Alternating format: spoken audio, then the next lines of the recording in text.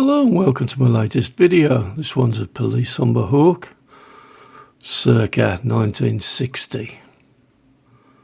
Quite a life by the look of it. Very play worn, scratch screen, tyres have had it, paint's barely there, stickers are all hanging on by a thread, axles are bent, so it looks like we're going to have a busy job on this one. While it's spinning round on the turntable and you're taking a look, I'd just like to thank all returning viewers and subscribers, and if you're new and enjoy the video, can I suggest that you maybe subscribe and see my future content. So if you can click the button, subscribe, like and all of that good stuff, I'd be very grateful. I've already drilled the case and I'm just going to pop it apart now to see what we're dealing with. Two rivets holding it together. Even the bottom of the case was dented on this one, so it had an exceptionally tough life, I think. Suspension's okay, but a bit rusty, but the frame's bent and it hasn't had it good. Looks like the bottom's falling out. This is really brittle bit of vac form plastic. So I'm very gingerly picking it out. Normally these things almost fall out into your hand, so like I said, this one's going to be some fun. It seems to somehow become glued to the bottom of the screen. We'll have a look at that later. Screen's held on with a rivet, and the rivet also holds the police beacon on the top in place. So it's the usual method, bit of aluminium tube and the blowtorch.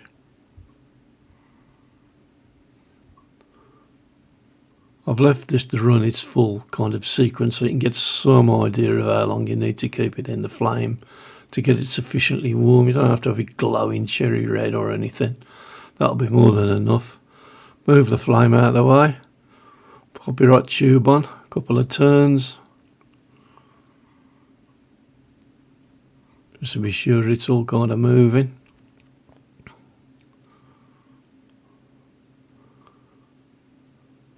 And there you go. Out as easy as that. I'm just cutting the remnant of the plastic away now, and the beacon will drop out.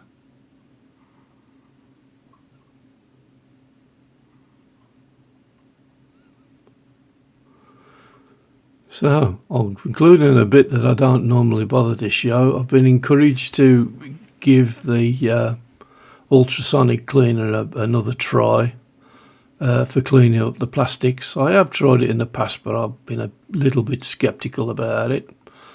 But there's bits of several cars in here. There's a bit of a spot on seat going in there. There's the interior from Circa 1000, which is the next video. And then me two drowning policemen. So in they go. Give it a few seconds in the ultrasonic. They actually got something like 6 or 7 minutes, in fact. And out they come. It's got some of the muck off, but as you can see, I'm still needing to use a paintbrush to get it from in one or two of the inlaid areas and dents.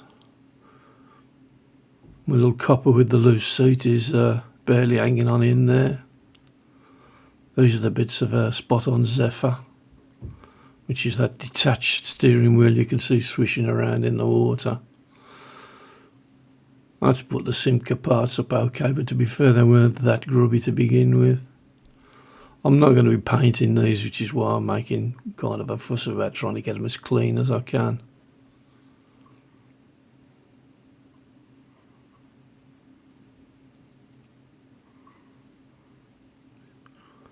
And don't forget the steering wheel. The water that I put in went in cold, but the action of the ultrasonic just actually warm it up over a period. So we get to the next stage of the cleaning now. This is the base for the Humber Hawk. I'm having to work outside because I'm getting complaints from certain quarters that there are bits from the polishing wheel ending up here, there and everywhere in the room where I do the modelling, and it's not been well received. So I'm out, and I'm out in the garden now, such as it is, freezing to death, but it's all worth it. All cleaned up to some of its parts. It's all come up pretty nicely. See, the interior seats are a bit dicey, but it isn't anywhere that shows. So I polished them up and primed them up, and I'm just laying on a base coat sealer dark now on the interior, just for kind of continuity. I know you don't see a lot of it when the car's done, but I always like to cover it if I can. And this is the first light coat of base coat sealer dark. I'm not going to put an additional black on, because I have noticed that base coat sealer dark, it's pretty good coverage. It's pretty black, and when you lacquer or spray it up afterwards, it's pretty nice deep black. There's no need to go in with an extra colour. Although really it's just meant to be an undercoat. But I've used it numerous times and been always happy with the results. Just 3 light coats to reach full coverage.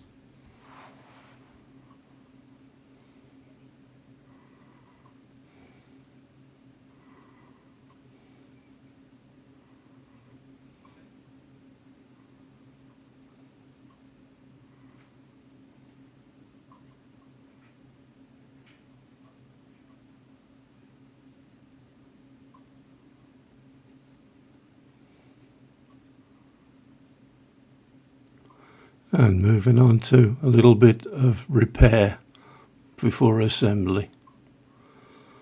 The bottom of this vac form piece was split and the little copper's bum was hanging down. So I'm using some plastic weld, the type of stuff that you normally use for putting plastic card together. It's a liquid thing. And I thought rather than have it seep through, you just put this on with a paintbrush and it literally kind of dissolves the plastic and binds it together. And I thought that would be sufficiently strong for this, because obviously there's no weight in it, there's no great stresses and strains. Just having to line it up as nicely as I can, because there are tiny little bits missing.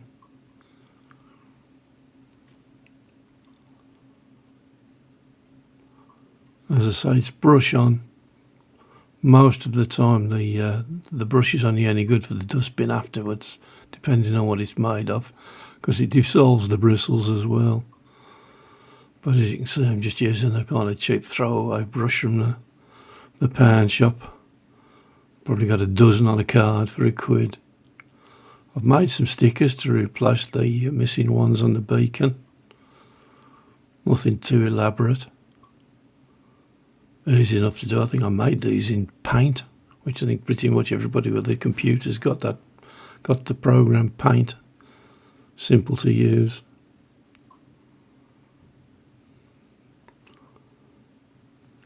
And this saves that long wait for them to turn up from whoever you've ordered from eBay and such like.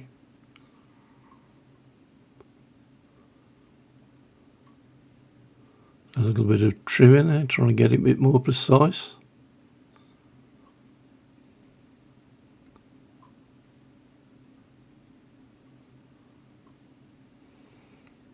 I might try and make a video of putting these things together one of the days, because I know a few people might be interested in trying to have a go at making their own stickers and decals. Now, my process here is just, these are self-adhesive ones. I'm just peeling the back off. And you'll see to my left there that there is a needle from a worn-out airbrush. And rather than put big fingerprints and take all the adhesive away, I just stick it to the airbrush needle, locate it,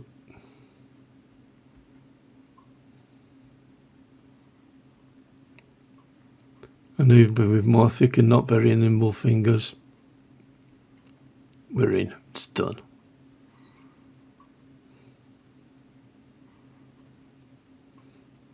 Same process for the other side. Probably takes me longer to get the sticker separated than it does to do anything else. And so the handy airbrush needle again.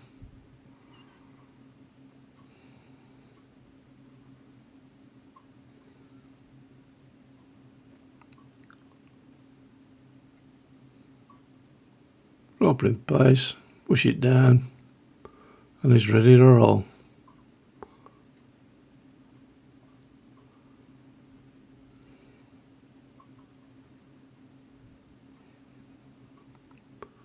I would have thought there'd be a keyway or some particular thing with this, but it's just a straightforward drop into place.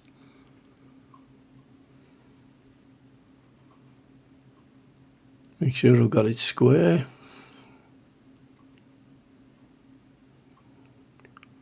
Roll him on the roof, and I drop a pound shop super glue.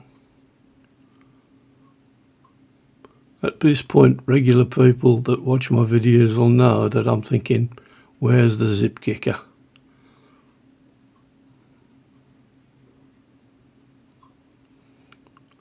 And there it is.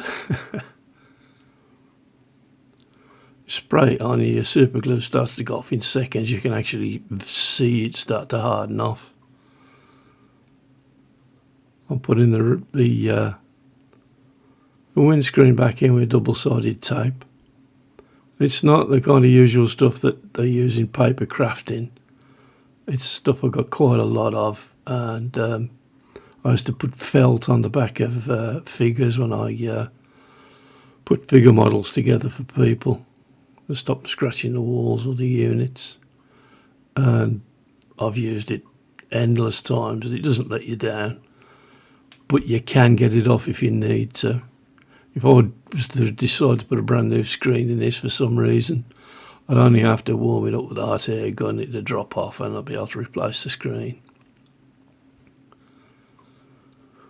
4 nice new tyres on now because the old ones just disintegrated when I pulled them off. I've polished the hubs. I'm assuming the base was originally black because it was black when I got it and it didn't look as though it had ever been overpainted, so I've blacked it again. The suspensions come up pretty nicely. The axle straightened out easy enough even though I didn't remove them.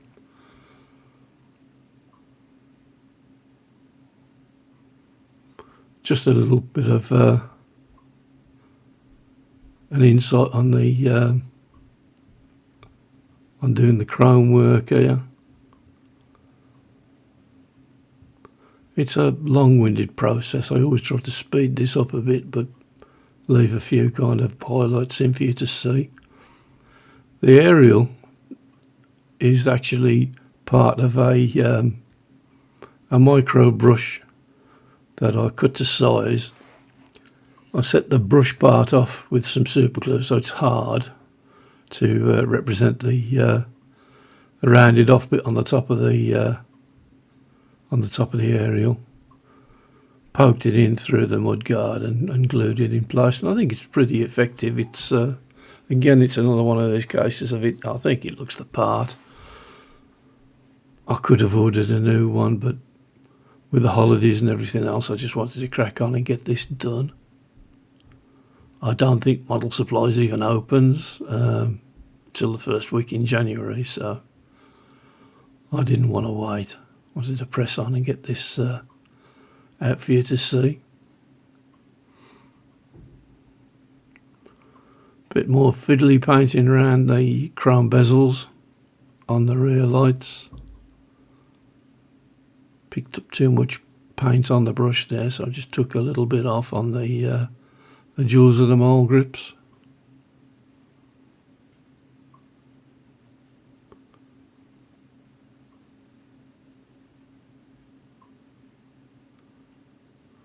So I can basin them out in the chrome paint.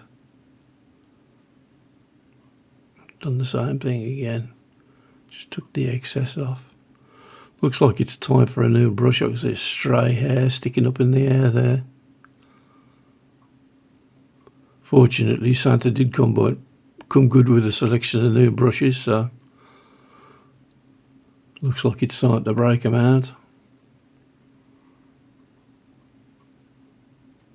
Bit more chrome on the aerial that I'd missed.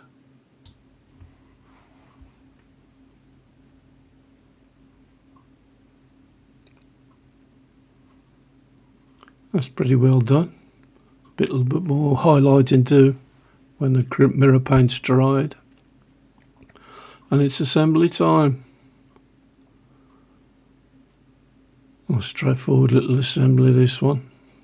It's a little bit of a parcel shelf missing that had really become glued to the rear screen at some point in the car's life, but it doesn't show, so I didn't bother to do anything spectacular with it. Yeah, best to put the base on the right way around, I always find. If you look closely on the base to your left, you can see there's a kind of a double dimple. It's a factory error where presumably a tool broke or must have missed, and there's a double impression of the mandrel of the riveting tool there.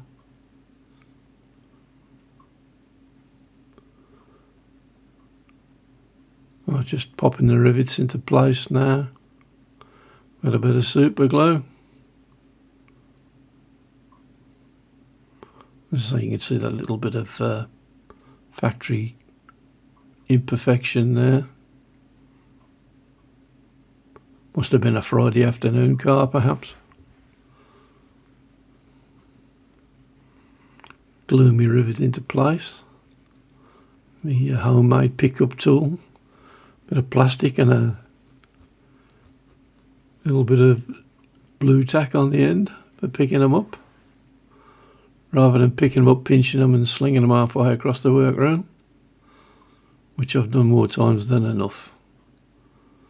Zip kickers set it off now. Just make sure it's pressed firmly into place. Oh, and where are they off to? Must be going out on a shout.